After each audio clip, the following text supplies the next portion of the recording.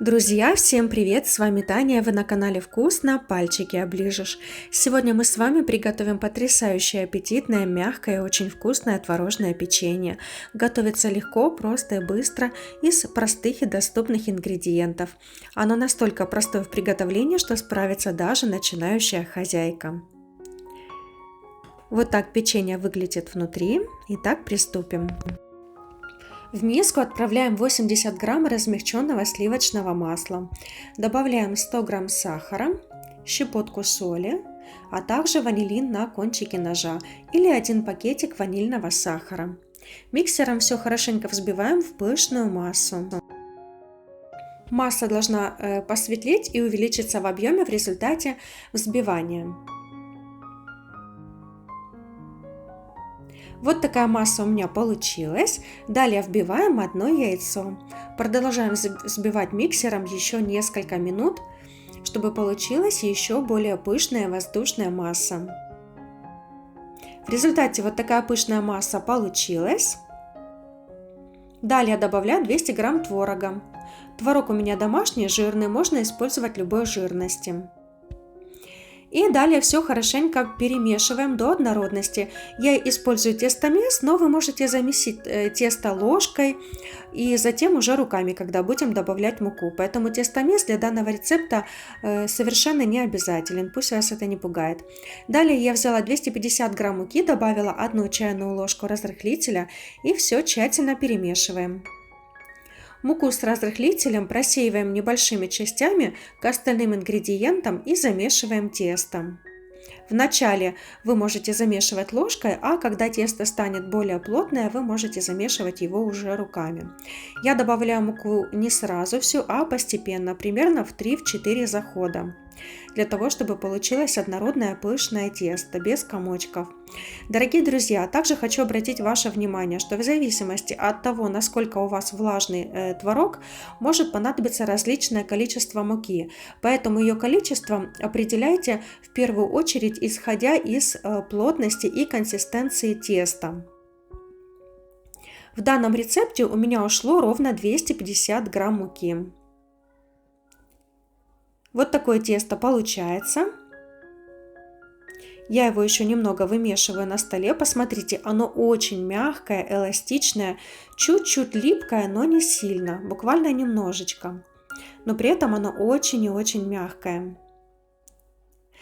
Далее раскатываем тесто толщиной примерно полсантиметра.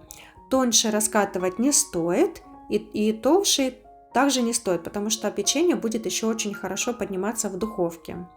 Итак, я раскатала пласт теста и теперь с помощью фигурного ножа обрезаю края для того, чтобы их подровнять. Если у вас нет вот такого ролика, как у меня, зубчатого, используйте обыкновенный нож.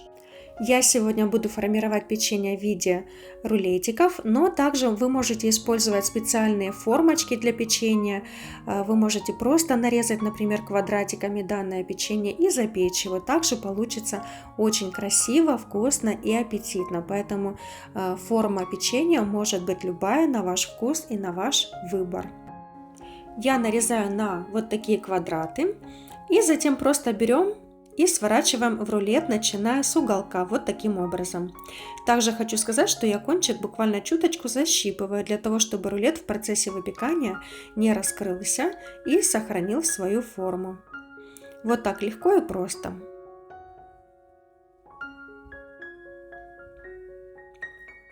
Так формируем все печенье.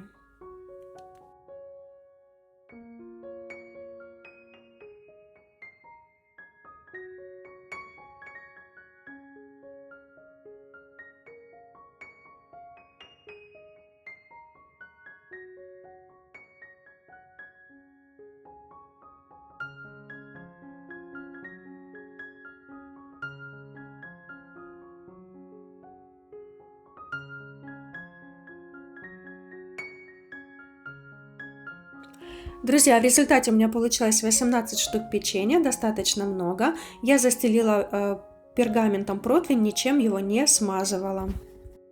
Выпекала я печенье в духовке, разогретой до 180 градусов. Время приготовления зависит от вашей духовки. У меня ушло ровно 20 минут.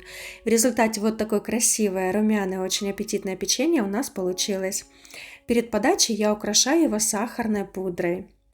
Печенье получается достаточно много.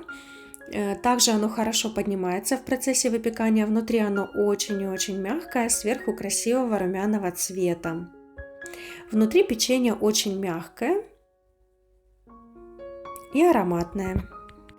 Так что, дорогие друзья, вот такое красивое печенье у нас с вами сегодня получилось. Готовьте вместе со мной. Я надеюсь, что данный рецепт вам понравится. Подписывайтесь на мой канал, нажимайте на колокольчик, чтобы не пропустить новые интересные рецепты, которые выходят на моем канале регулярно.